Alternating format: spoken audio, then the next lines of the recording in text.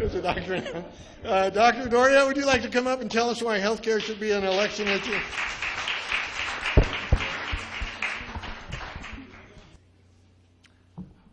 Thanks for being here tonight. But we almost didn't make it here, and that's because the Dodgers played, but they won at 1 o'clock.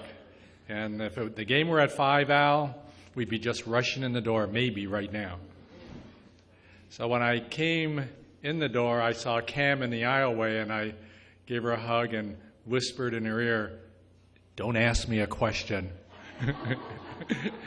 So when you raise your hand, I'm going to take a step back real quick. And you know, at the hospital, we collect samples, and I will tell you, in the samples that we do get at the hospital, we have a lot more chloride and brine in our samples than you guys have in the river. So I know that we won't be analyzing that, though, like the county does at Henry Mayo. There you go. So I'll make sure that this works, and there's a pointer on this. No? Pointer? Oh, I got it. Thank you. So 20 years ago, I told my cancer specialist from City of Hope, UCLA, and USC that genetics with DNA manipulation would be a solution for those afflicted with cancer. And they laughed at me nervously because they knew that it might put them out of a job. Well, today we're on the edge of that reality. Also today we might still be on the verge of economic collapse. And 20 years ago, I said elected political leaders must not receive lobbyists and special interest money to influence their vote. Eliminating this cancer would be a solution, allowing we, the people, to once again openly debate important issues without big money influence. On a smaller scale, last night at Henry Mayo, I admitted a patient who, she's 88 years old. She came in, her heart rate was about 30, blood pressure was low, and she had a pacemaker in, and we realized that her pacemaker had failed on her. And I got a cardiologist in, and he said we need to take her to the operating room right away. And the anesthesiologist came down, and he said, she's too unstable. You have to put her in the intensive care unit. And I was on one phone in the emergency room with the anesthesiologist and the other phone with my cardiologist, and I realized they're both in the hospital. So I got the cardiologist, and we went over to the anesthesiologist, and we spoke in the doctor's cafeteria, and it took about 15 minutes because of the fear of the anesthesiologist. Didn't want he was fearful that she could die, but the cardiologist said, well, she will die. And after about 15 minutes, we agreed that the solution was that we would take her to the operating room. And she's fine today. She's out of the intensive care unit, and she probably will go home tomorrow. But this is what it's all about, looking for solutions in the small and big ways in what we seek. That is why I'm here tonight to present an argument that putting SCV healthcare on your radar allows future solutions to be attained, moving our community forward. So I will be talking about why SCV healthcare should be a city council election issue. And my background is I'm a geriatric physician, and I do house calls here in Santa Clarita on my elder senior patients. And I've been here for 26 years doing just that. I'm on staff at Henry Mayo Hospital, and presently I serve as the chairman of the Department of Medicine that I've done for the past 2 years. And as well, that puts me on the Medical Executive Committee, that's the MEC. I've been an advocate, as most of you know, and many of you have been with me in some of my advocacy with Robin and I, as we led a protest of the Henry Mayo closure of our transitional care unit, and Robin's from the Senior Center. I've had a TV show on Channel 20, House Call for Seniors. I wrote a column in The Signal, Profiles in Medicine. I have a radio show every Wednesday for 10 years on KHTS radio called The Senior Hour, and I'm a guest commentator on Dave Bossert's The SCV Beacon. Therefore, because of that, I have been told that I have to give you my disclaimer. So I do not represent Henry Mayo Hospital. I do not represent the medical staff at Henry Mayo. I do not represent the Medical Executive Committee at Henry Mayo. I do not represent the Senior Center. I do not represent the Signal. I do not represent KHTS Radio. And I do not represent the SCV Beacon. I represent myself. So on the bottom, I don't know if you can read this in the back, but it says, do you have a solution? And, you know, as a physician, that is my job. My job is to find solutions for my patients. I use the tools of my trade, including a history and physical, laboratory technology, state-of-the-art technology, to make a diagnosis and treat the patient. Eventually, my hope is to get them home to their family, sometimes get them back to work, even though they're seniors, and have quality of life. Understanding governmental levels of responsibility is important in knowing where to focus your complaints. So, who's in charge?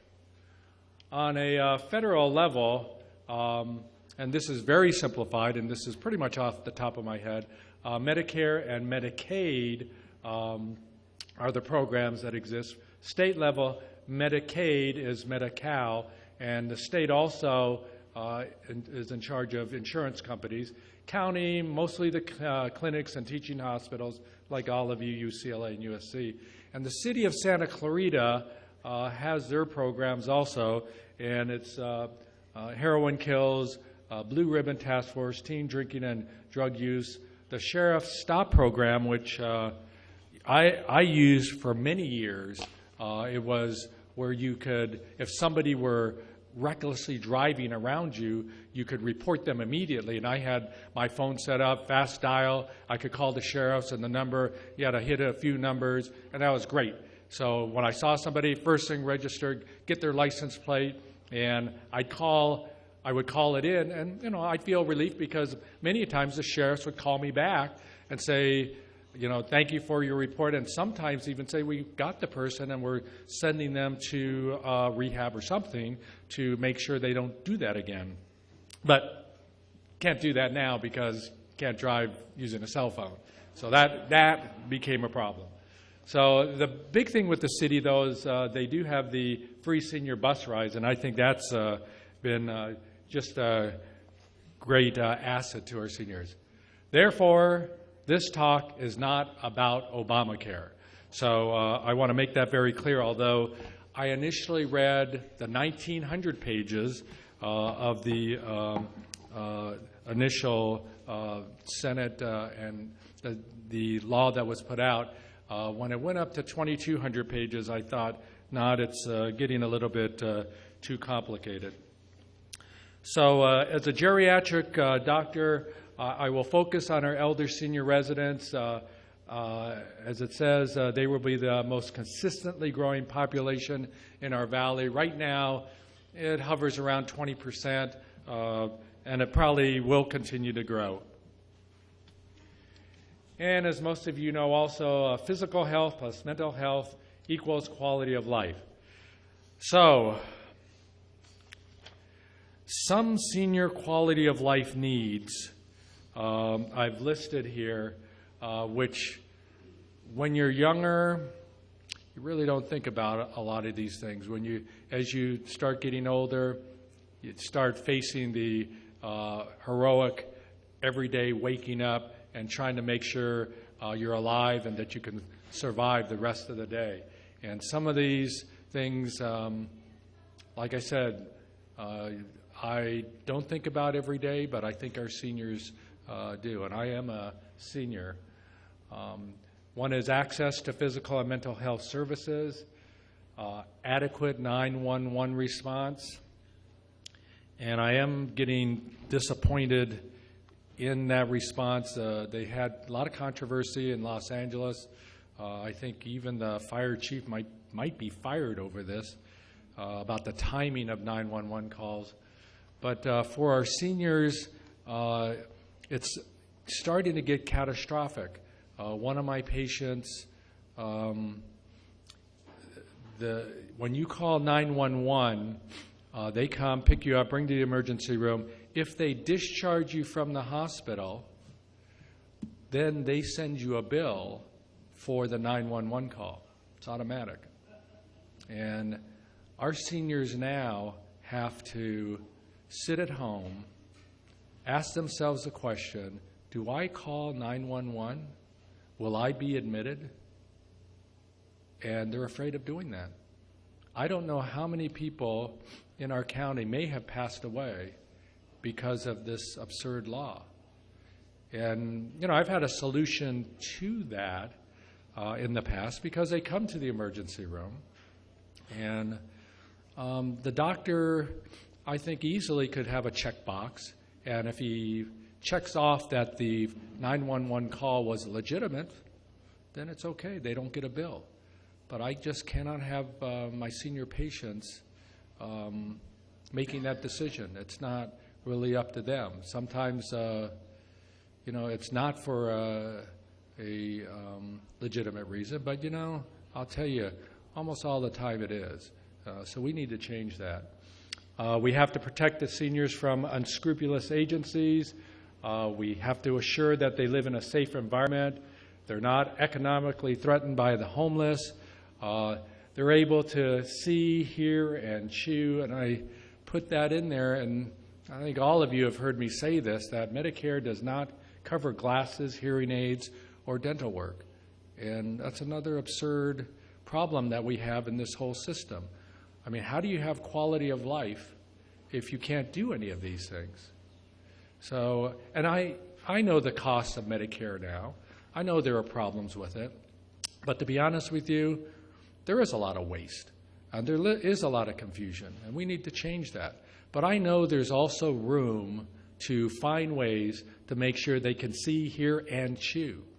I asked two of the more prominent audiologists here in Santa Clarita, and you know, if you get a hearing aid, what does it cost? I mean, lots of you in the room can tell me, because it's $3,000 to $6,000. That's a big bite. Most people can't afford that. But I asked the audiologist, would they be willing to take less? Can they take less?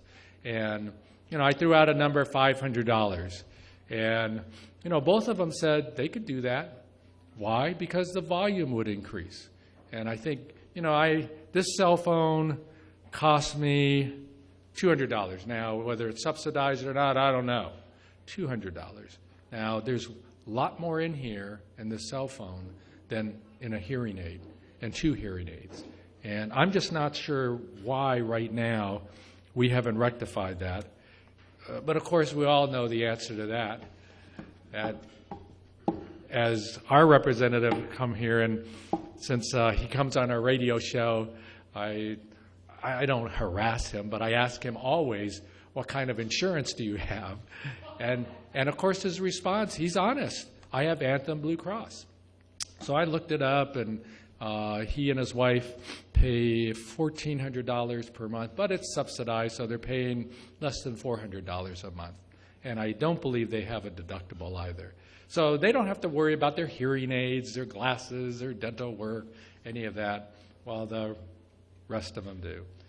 Of course, Medicare Part D, medication affordability, readily accessible transportation, and I'll come back to that fairly strongly in a minute. Communication tools. Most of our seniors don't use computers, and we need to have a system here that allows them and teaches them to use more computers. I think most of the people in this room do use computers.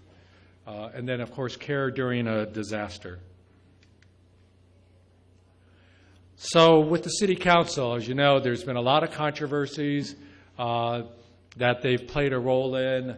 The major one that Robin and I have been involved in was the Henry Mayo Hospital Master Plan, also closure of the Transitional Care Unit, the TCU, the Senior Center, local nursing home, which of course the city doesn't really play a role, but I want to later in a solution try to tie that in. They're known as SNFs, or skilled nursing facilities. Environmental, living situations and transportation, and emergency management. And I want to just go through each one of these, but I think several of you will probably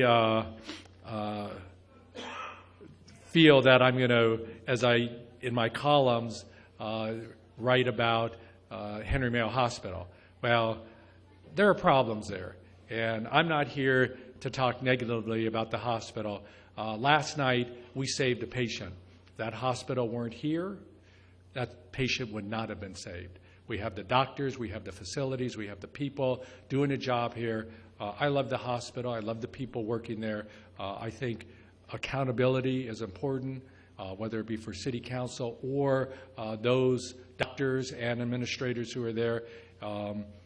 And sometimes, like Cam, I sense that I'm like her at the hospital, just trying to make sure that people are held accountable, asking reasonable and good questions that might not even be correct sometimes, but at least will put them on the right road and make them answer the questions that are important to the rest of us. So let's talk about each one. With Henry Mayo Master Plan, as you know, this community has been growing. It's slowed down a little bit, but we needed to expand the hospital, needed to increase the number of beds. No, not one of us, when David Ghani was here, the people who were running and arguing at City Council, none of us debated that. We needed to expand the hospital. But in order to do that, the zoning restrictions had to be altered through the City Council and City Planning Commission. Questions were asked, emotions were high. As I look around, several of you were with us after 12 midnight in council chambers speaking and talking about what they were doing. The big curveball was G&L Realty donated $30,000 to one of the campaigns. And that in itself became a problem. You know the history of Henry Mayo.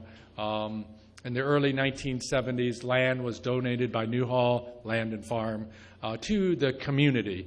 And after 25 years, it was pretty much turned over to the hospital. And right now, most of it is owned by G&L Realty, not surprisingly with the buildings.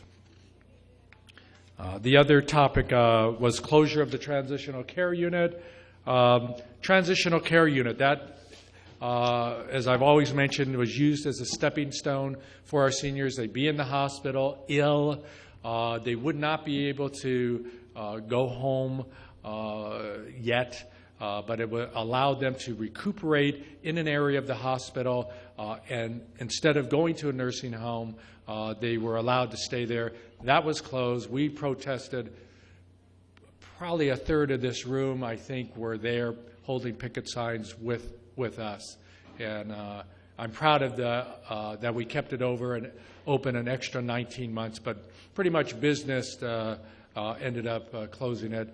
Now there's no safety net. Many of our SCV elder seniors are forced into skilled nursing facilities. City Council asked G&L Realty to donate $250,000 to a new transitional care unit, but that was never donated because we don't have a transitional care unit anywhere in the Valley. The City Council also developed a committee, search committee, which Robin and I were on, but that hasn't met in years. Senior Center, last year the city donated a little over 600, maybe more than that. No, it had to be over that because I think we got a little bit more money. So it's probably over $700,000 to the Senior Center. But, the big question, Robin and I travel around the country, and we know that many of the cities that we went to look at their senior centers run the Senior Center. And I think if I don't see any administrators from the senior center here, but they will argue with me that the way they're doing it works. Hey, I'm fine with that. That senior center has more programs than any senior center in Los Angeles County. So they're doing a good job, but the question has to be, how are the facilities, and is it going to be good enough for the growing population here in Santa Clarita? I know there's something in the works. Robin smiles at me. There's something in the works, and my hope is that that will evolve into something, but I think the city should consider looking at the possibility of helping to run the senior center. Santa Clarita Convalescent Hospital, located on Newhall Avenue, was San Fernando Road, really doesn't have much to do with the City Council or City of Santa Clarita, but I bring that up as part of a solution because it's really more my selfish solution for some of the problems we have, because when I ask our patients when they can't go home yet and need to go to a skilled nursing facility, they refuse to go to our local skilled nursing facility. And you have to ask why I go there. I like the people there, but you need to go and take a tour. There's a lot of room for improvement, and as I said, there can be some solutions to that. Environmental living, situations of transportation. As I mentioned, the city does provide free bus rides, and I think you have to have a special, I think it's ITAP or TAP card to be able to use it, but that's pretty easy to be able to obtain. As you know, many of our seniors live in some of the trailer courts in Santa Clarita, and they're on fixed incomes, and sometimes the rent and things start going up, and city does have control of that. And of course, there's senior housing as well that sometimes the city council will play a role in. And final thing that was on our topics list was emergency management. They do have contingency plans if there's a disaster here in Santa Clarita, but I know right now that if we had something happen right at this moment, we would not know where 90% of the seniors are, where they live, and those people especially who might be vulnerable and left at home. What are they going to do if they don't have medicine? What are they going to do if they need refills? And of course, if they need help with other things, or if they're injured and we have to call their relatives, there's nothing right now that puts that all together. We need to start moving on that, and I will present some solutions for that. So, what should the public demand of the candidates who are running for city council? This is what we want from you. That they understand the importance of health care to our elder senior population. They recognize the role city government might play with their vote on the city council. They formulate ideas and solutions, bringing them forth during the election campaign process. They are held accountable to a susceptible portion of the city and valley population. They stop ignoring the plight elder seniors face medically, emotionally, and financially, and they promise to allocate funds for this effort.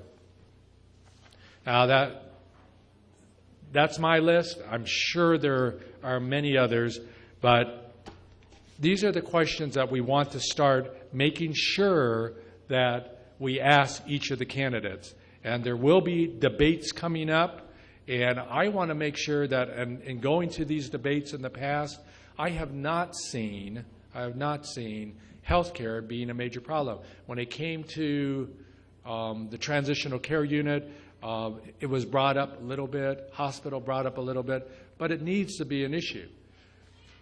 Are you receiving money from G&L Realty?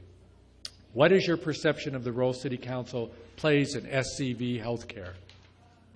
What are your ideas for how the city can be involved in transitional health care after discharge from the hospital? What are your ideas to improve or build a new nursing home for Santa Clarita? Are there ways to improve the one we have now? How can we improve elder senior housing in Santa Clarita? Do we need a new senior center, and should it be run by the city?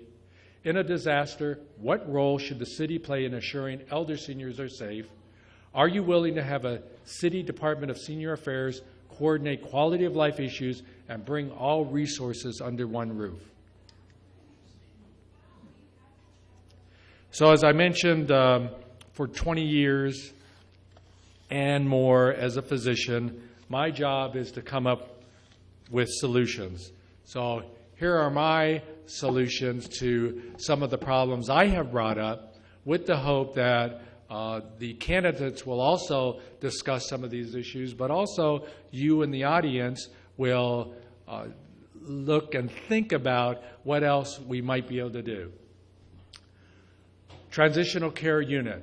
Use existing board and cares. Now, those of you who read my articles, my mother lives in Los Angeles. She's 91 years old. She was hospitalized on January the 3rd. She lives alone, has a cat, and she was not doing well, but she was admitted, and they immediately, the hospital where she went, put her on hospice care, a morphine drip, Foley catheter in her, made a diagnosis, and the diagnosis was wrong. And with my brother is a doctor, my other brother has medical background, and we looked at the data. We had when they told us that she had metastatic liver disease, we said, this is really doesn't make sense. She had no constitutional symptoms. She had been doing well, but they said, look at this CAT scan. We said, yeah, that's a problem. But the second problem was she's been with this hospital for years, like 56 years. And I said, had she had a previous CAT scan? And it took them a few days to get it, but guess what? What was on the past CAT scan in 2008 was the same thing on the present CAT scan. Immediately, they yanked out the Foley catheter, took her off the morphine drip, and of course, she couldn't even get up to stagger around. She was in terrible shape. And then the hospital on the 11th day said, oh, we're discharging your mom to a nursing home. And even with my mom, not delirious, but really not understanding everything, as soon as we said nursing home, she went, well, she didn't do this, she did something else. She got really mad, and she said, I'm not going to a nursing home. And so, we pretty much knew that's her attitude. And we brought her here to Santa Clarita and put her in a board and care. Board and cares are homes. They have 3 or 4 bedrooms, and sometimes you have to share a bedroom. And my brother, Ray, he arranged for this to be up here. And we didn't know how long she would be in the board and care, but they gave us they broke down the month. Usually they charge by the month, but they charged by the week, same amount, just divided up, and let her stay for 3 weeks where she got physical therapy. Now she's home with her cat. And she's been there, but she got what she needed. And I think that we can do the same thing for our seniors here in Santa Clarita, use our board and cares as a transitional care, and make G&L Realty pay $250,000 toward a fund for those people who might not be able to afford it, and also ask the City Council for more money to that fund. That needs to be studied. That's one of the solutions that I would like to see City Council banty around at some point, and maybe even talk about as they're running for office. Nursing homes, not a big potential there for the city to do anything except if they hire a full-time doctor. Now, having been at, I can't tell you how many nursing homes in my career. On a 5-star scale, we have a problem with ours here. And one of the reasons is how they are paid. And if you knew the finances, and a lot of you obviously know finances, the nursing homes the people who own them want to make some money. But they're paid so little, and the way they pay them, it's like glasses and hearing aids and dental work. They just don't get paid. So they're in the rough already. My suggestion is that that the city employ a physician at our convalescent home, and we have a public, private enterprise between the city and our nursing home, talk to the people there, and if we can do that, we pay a doctor for 1 year, pay the malpractice, and then at the end of 1 year, as they serve Monday through Friday, maybe on the weekends and on call, knowing all the patients, I think there might be 80 to 100 patients there, but if they do that for 1 year, we pay them a fixed amount, of probably $100,000, let's say, as an example. We would also, at the end of that, the city would also say, okay, we're giving you another $100,000 that you will pay toward your student loans, and have them do that and see if they're willing to accept that kind of position for 1 year as they get out of not just medical school, but out of their training. So what will that do for our patients there? They get care every day. Doctors walking around, people know them. I'm paid to go there once a month. That's it, once a month. Is that good care? Absolutely not. With a doctor there every day, it might change their whole attitude. We need to change what our nursing home is doing here, and that's one of my solutions to that problem. Of course, Senior Center we talked about, if they can build a new one, does the city run it or not? Transportation, bring the autonomous car to Santa Clarita. What's the autonomous car? Headline, Los Angeles Times, today's Wednesday, I think it was Monday. And they talked about Google had the first autonomous car. It's a car that no one drives. It's run by computers. And a lot of cars are adapting some of the instruments and technology right now already, like the self-parking, putting brakes on when you get too close. All of that is now out there. And the article in the Los Angeles Times said that 2020, they will have available these autonomous cars. What I would like to do is have the city of Santa Clarita, through our city council, develop a model so that a certain number of seniors in Santa Clarita can take advantage of using this car, and maybe 20 of them, and it will pick them up, they hop in, it drops them off, picks them up later and bring them home, and it can do that 4 or 5 or 6 times a day, and you make a reservation. This is easy. The worst thing that I tell a patient in my practice, the worst thing is you can't drive anymore. I'm taking your license away. Now, I can't personally do that. Well, a lot of people can't, Berta. They can't. The best part is that so many of my patients won't drive at night, but they'll still drive in the daytime. But if there's an autonomous car that they can call up and say, please be here at 10 o'clock, I need to go to the doctor's, drop them off, pick them up, drop them off. I mean, do that for 20 people. We can make a program here, a model program for doing that. Now, Google is here in our state. Google has a license already to be doing this in Las Vegas on the Strip, to be transporting people like a taxi in this autonomous car. And I go, Google here in the state, why can't we ask them and develop a model and see if we can get one of those cars down here? It will change the whole attitude of many of our seniors, not just here, but everywhere. But we can start doing that study here. Emergency management, work with the Disaster Coalition, which is Carl Goldman's group, and the American Red Cross, Kurt Wilson, who's the ambassador here to Santa Clarita, targeting at-home seniors. As I mentioned earlier, the seniors, if there's a disaster here in Santa Clarita, people just are not going to know who's made it through it, who has any needs. We have cell phones. If the cells come back up, we're in good shape.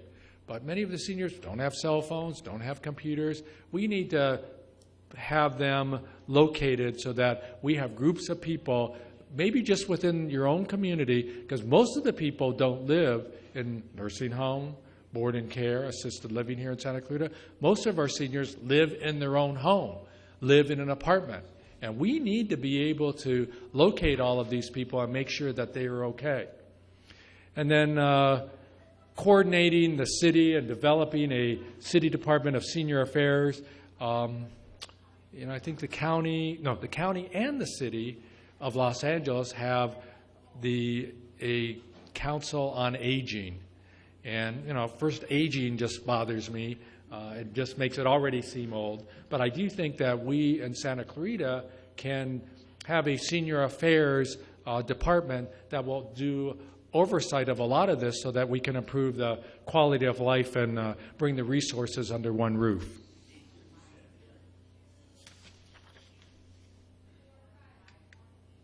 So, in conclusion, it's up to the public to make Santa Clarita healthcare an issue in the upcoming election. You will need to ask questions and demand reasonable answers. Before electing a candidate, make them aware of issues important to our elder senior population. SCV healthcare must now be on the radar of all elected officials, as it plays a huge role in the quality of life for our whole valley.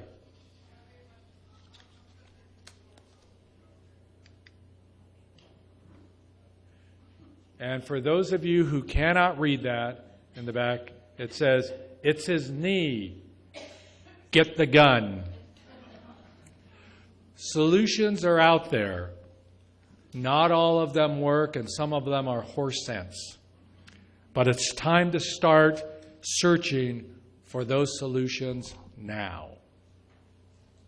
Any questions?